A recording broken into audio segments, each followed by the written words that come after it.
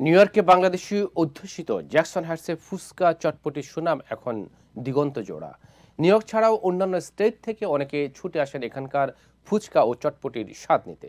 সন্ধ্যার পর Jackson Heights পরিণত হয় এক টুকরো বাংলাদেশে। বিস্তারিত থাকছে রিপোর্টে।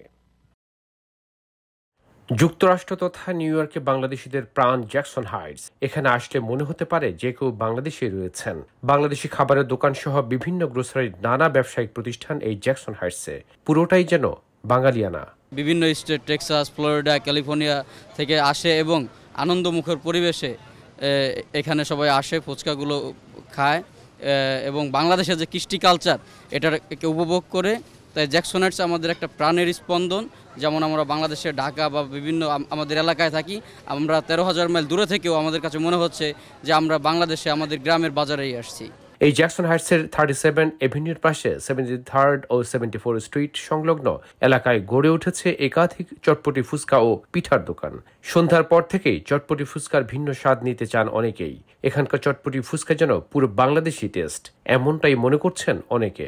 বাংলাদেশি ফিল এবং এই যে ব্রুকলিনে এবং জ্যাকসন হাইটসে যেটা পাওয়া যায় এটা আমাদের জন্য অনেক আনন্দকর এবং বাইকে ধন্যবাদ।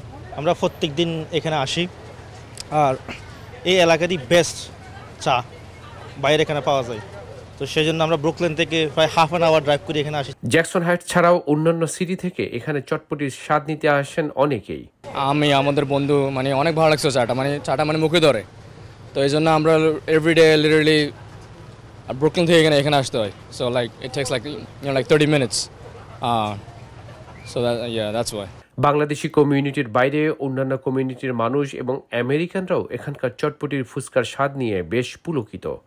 Okay, so we've been coming to this cart for almost 1 year now, and this is probably the best pani puri we've had so far in New York. Right. Yeah, so we live right nearby. So I think if you want the desi flavor and everything, you always gotta come to this cart. Very delicious. Very nice. চটপটি ফুচকার পাশাপাশি mango chaat, guava chaat, চা, পুরি, সিঙ্গারা সহ নানা প্রকার street food পাওয়া যায় এখানে। পাশাপাশি প্রিয়জনদের সাথে কিছুটা সময় আনন্দে কাটানো যায় বলে মনে করছেন কেউ কেউ। আমরা আসছি আসলে আজকে ফুচকা খাওয়ার প্ল্যান হয়েছে, এই জন্য সবাই একসাথে আসলাম। ভালোই লাগছে, মোটামুটি সন্ধ্যার পর সবাই একসাথে আসলাম, ভালোই লাগলো। এখানকার অন্যতম পরিচিত ফুচকা হাউসের কর্ণধার মাসুদ রহমান জানান, স্বাদ ও কোয়ালিটি ঠিক রাখতে পারায় অনেকেই এখানে ছুটে আসেন। যখন নিউ ইয়র্ক সিটিতে ফুচকা আমি দেওয়ার আগেও প্রচলনটা আগের থেকে ছিল, হয়তো রেস্টুরেন্ট ছিল, রেস্টুরেন্ট বাইরে ছিল, বাট যেভাবে এটা প্রেজেন্ট করার কথা সেভাবে তারা করে নেই। সো একটু 19-20 ছিল, বাট আমি যখন স্টার্ট করছি আমি চেষ্টা করছি এক্স্যাক্টলি বাংলাদেশি ফ্লেভার নিয়ে অথেন্টিকটা নেওয়ার জন্য।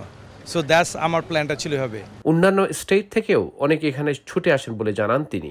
আমাদের এখানের customer all of the United State থেকে আসে এবং আর সামারে মোস্ট কানাডা থেকে মোস্ট কাস্টমারগুলো আসে, আর লন্ডন থেকে আসে। And the summer time July to September. আর কাস্টমারের পরিমাণ বাংলাদেশ সব বয়সী কাস্টমাররা এখানে আসতেছে, ছোট থেকে শুরু করে বৃদ্ধ, বাট ইয়াং জেনারেশনের পরিমাণটা অনেক বেশি। সব মিলিয়ে সন্ধ্যার পর থেকে গভীর রাত পর্যন্ত মানুষ এখানে চটপটি, ফুচকা ও অন্যান্য লোভনীয় খাবার খেতে ভিড় জমান। বাংলাদেশ থেকে হাজারো মাইল দূরে নিউ ইয়র্কের মাটিতে আপনি যদি বাংলাদেশের ফ্লেভার পেতে চান, এটা এই জ্যাকসন হাইটস। এখানে আপনি দই ফুচকা থেকে শুরু করে নানা ধরনের বাংলাদেশি সংস্কৃতির খাবার পাবেন। সবকিছু মিলিয়ে অসাধারণ এক ফ্লেভার। সৌরভ ইমাম, IBTV, নিউ ইয়র্ক।